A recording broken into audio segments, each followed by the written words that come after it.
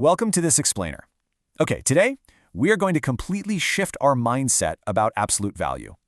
If you've ever thought of absolute value as just this boring algebraic trick, like a magic wand that just blindly deletes minus signs on your homework, well, you are in for a serious surprise. We're going to take that basic trick and transform it into a really powerful geometric map. We're going to connect abstract numbers to actual physical distances, and ultimately build the exact foundation you need to truly understand calculus. It's a pretty wild journey from basic arithmetic right to the edge of infinity. So let's dive into this. To start things off, I want you to step inside a physical metaphor with me. Imagine you're standing directly at point 0 on a long, straight road. If you take 3 steps in the positive direction, say to your right, you are 3 steps away from your starting point. Pretty simple, right? But suppose instead you turn around and walk 3 steps in the negative direction, to your left. Okay, stop right there. Think about it. How far are you from your starting point? You're still exactly 3 steps away. The road really doesn't care which way you faced. The effort, the actual physical space you covered, it's exactly the same. So here is the absolute biggest takeaway. Absolute value, which is denoted by those 2 vertical bars around a number, is strictly defined as distance. It completely ignores direction. It doesn't care if you walked left, it doesn't care if you walked right, it only cares about the raw amount of space you covered. And because it represents a physical, real-world distance, it can never, ever be negative. I mean, think about it. You literally can't walk negative 5 meters. You can walk 5 meters to the left, sure, which algebra might call a negative direction, but the actual physical distance you traveled is always a positive 5. Actually, it kind of helps to visualize this formal math definition as a simple little machine. Picture absolute value as this tiny decision-making robot sitting right there on your desk. Its one and only job is to measure distance. So if you feed this robot a positive number, like an 8, the robot looks at it, says, "Great, you're already a positive distance," and does absolutely nothing. It just hands the 8 right back to you. But if you feed it a negative number, like -8, the robot goes, hold on, let me fix that direction for you, strips away the negative sign, and hands you a positive 8. That is the whole shebang. That's the fundamental mechanism at play here. It's just standardizing distance. Now, you might be wondering, well, why do we even need this robot in the first place? Let's contrast ordinary distance with what we call directed distance. For ordinary distance using absolute value, we're asking an extremely simple question, how far? But with directed distance without the absolute value bars, it tells us how far and in which direction.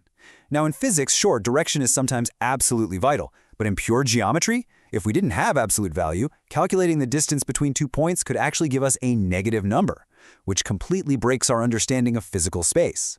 So, absolute value is mathematically necessary to accurately measure space without getting all tangled up in which way we happen to be facing. Okay, watch how this simple measure of space snowballs into something much, much bigger. This right here is where a massive paradigm shift happens in math. Before this moment, a number like 5 was probably just a floating concept in your head, right? Maybe a quantity of apples or a tally of points in a game. But on a coordinate line, numbers become exact physical locations. The number 5 suddenly becomes 0.5, a highly specific address on our one-dimensional map. This beautiful connection between abstract algebra and physical geometry, it is literally the bedrock of everything you'll do in calculus. And since we now have a working map, we don't have to stay stuck at 0 all day. We can measure the distance between any 2 specific points. Take a look at the expression, the absolute value of x minus 5. What does that actually mean in plain English? It literally translates to the distance from x to 5. So if x is 8, we just plug it in. The absolute value of 8 minus 5 is 3, which means 0.8 is exactly 3 units away from 0.5. Absolute value lets us drop an anchor anywhere on our map, in this case, at 0.5, and measure outwards in any direction.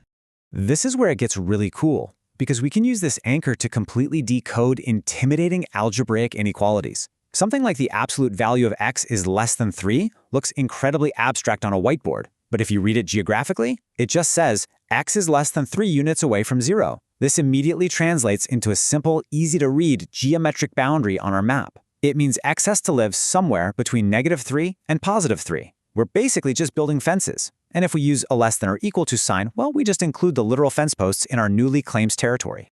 Let's walk through a real-world example of building one of these bounded intervals to see how intuitive it really is. Say the inequality is, the absolute value of x minus 7 is less than or equal to 4. Geometrically, instead of painfully grinding through the algebra, imagine you're building a house exactly at point 7. Our rule says everything within 4 units of this house is our property. So we start at our midpoint of 7, we go 4 units to the left, 7 minus 4 lands us exactly at 3. Then we go 4 units to the right, 7 plus 4 lands us exactly at 11. Boom! Our property line is the closed interval between 3 and 11. It makes total visual sense, doesn't it? Okay, quick aside, but this is absolutely crucial. Before we reach our final destination, we need to bust a really common and dangerous math myth. So many people think that the square root of x squared is simply x. They figure the square and the root just perfectly cancel each other out, right? Well, let's test that theory. If x is -3 and we square it, we get +9, and the square root of 9 is +3. But wait, we started with -3 and we ended up with +3. So the square root of x squared is definitely not just x, it's actually the absolute value of x. Recognizing this one little truth, it's a total game changer that saves countless headaches in advanced math. Let's take a step back and look at the whole shebang, the incredible scaffolding we've just built together in this explainer. Look at this progression. We started with basic, abstract numbers. Then we grounded them on a line, turning them into solid points. From there, we used absolute value to measure the distance between those points. By setting boundaries on those distances, we created intervals. And you know what? Those intervals form the concept of mathematical neighborhoods, which leads us right to the absolute threshold of calculus, limits. We climbed this entire ladder just by figuring out how to properly measure space. All right, to lock all of this in, I want to give you a quick mental checklist. These are the 7 core foundational rules of absolute value. 1, it's simply distance to 0. Just remember our physical road.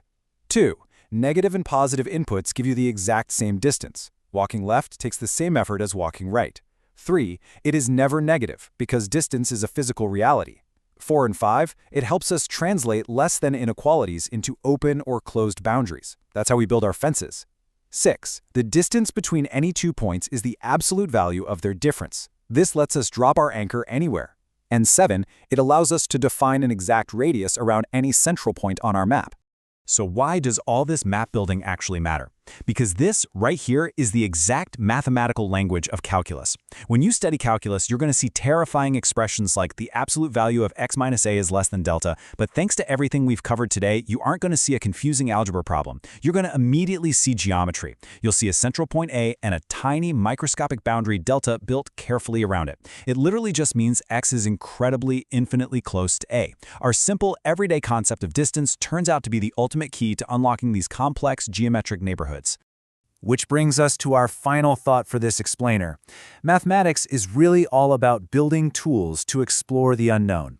We've taken absolute value from a basic, kind of boring rule about positive numbers and upgraded it into a high-precision microscope.